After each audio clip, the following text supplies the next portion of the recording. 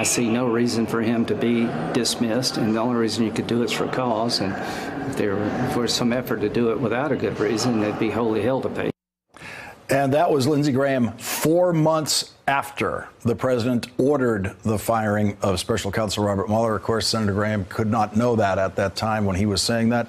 So far tonight, no reaction from Senator Graham or any other Republican member of Congress about the New York Times report that the president ordered the firing of the special prosecutor back in June. White House counsel refused to carry out that order, and the president backed down. NBC News is now confirming the story as more news organizations move into confirming it. NBC News says a source with firsthand knowledge close to the White House confirms to NBC News that President Trump ordered his White House counsel to fire the special counsel Robert Mueller last June. Don McGahn refused, threatened to quit, and the president ultimately backed down. This was first reported by the New York Times. Ari Melber, the question before we went to the break: does tonight's news change the president's willingness to submit to an interview with Robert Mueller?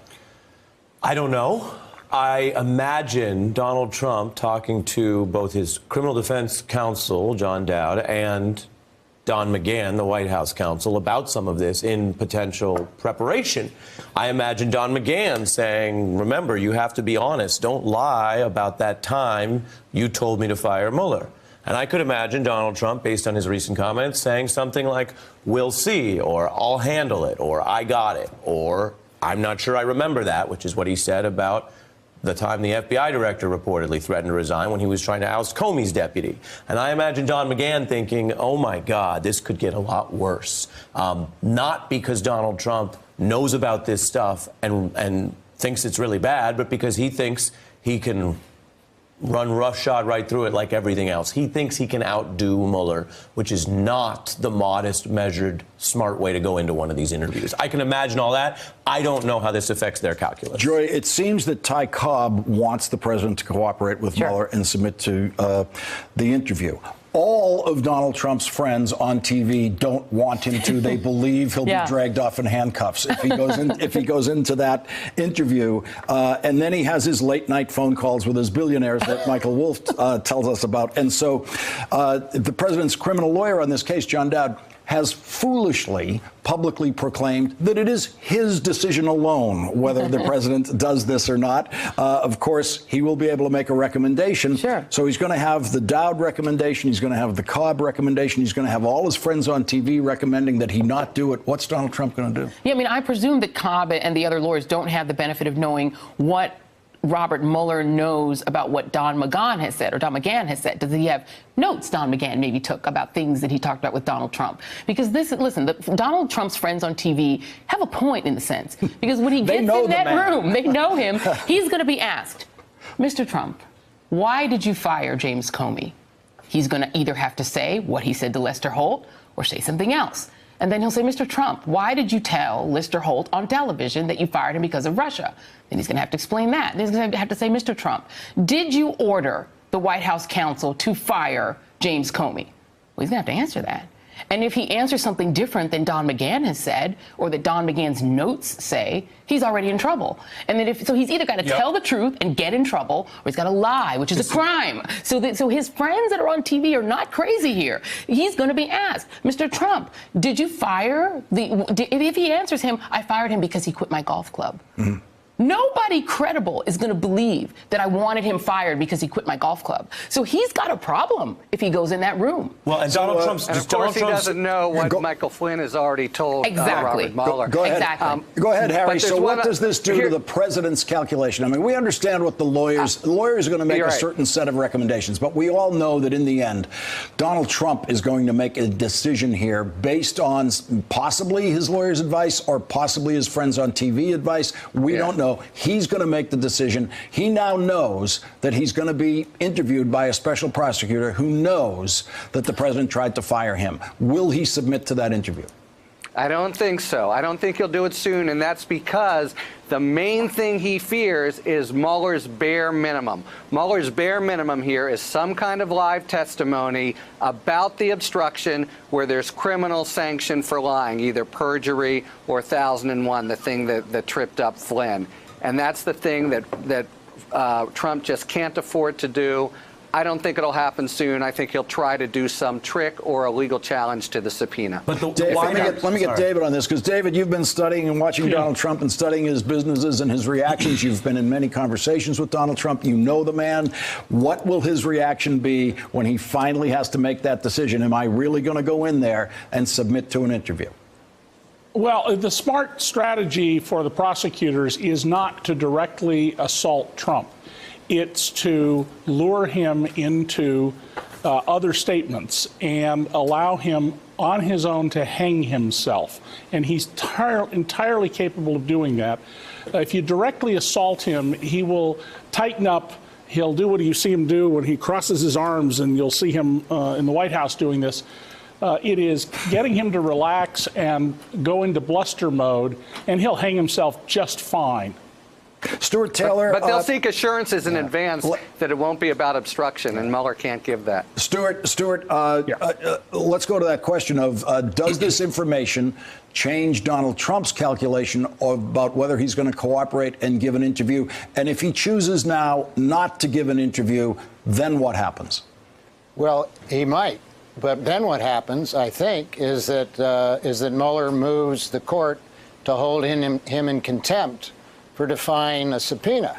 Now, the court's not going to send marshals in to drag him off and put him in jail, but a contempt of court ruling, by the way, there was one against Bill Clinton for lying to in his deposition. A contempt of court ruling is already on its way to an impeachment.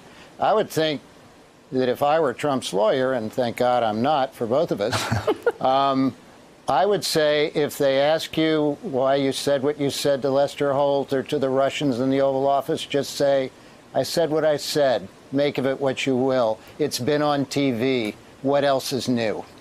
Because once he starts explaining, as has been pointed out, I think all the explanations either begin to look absolutely ridiculous or to be lies. And so, Ari, if he turns down the interview, which is the cooperative version of doing this, as Stuart says, the next stage is a subpoena to come to a grand jury where there's even more tension and, in certain ways, a little more risk than the interview process. Your lawyer can't be in the room. In the interview, your lawyer can be in the room. Right. In the interview, you can stop and say, excuse me, let me just talk to Ari for a minute before I answer that question.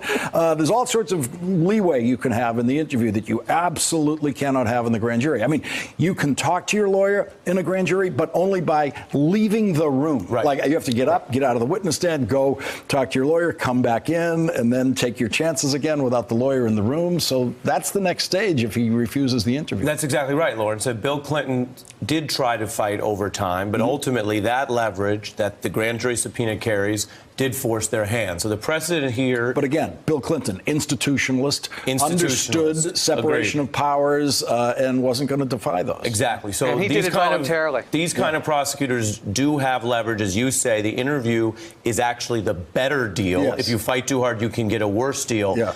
To your point about Donald Trump's friends on TV, notice his allies on TV are afraid he will go in and lie. His lawyers... They're not afraid. They know he will. So they promise America he will. So his allies on TV have a belief that he will go in and lie.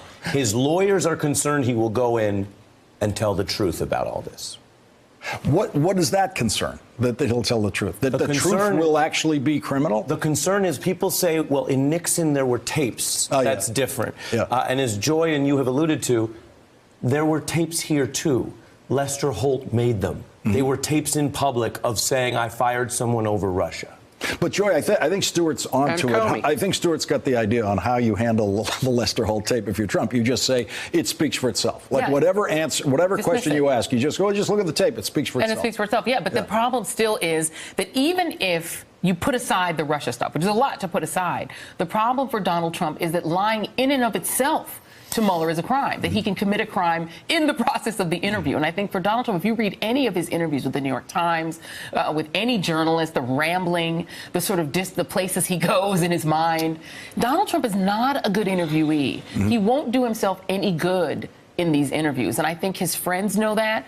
His lawyers are probably much more hopeful than his friends. But I don't see where this benefits him at all. It can only hurt him.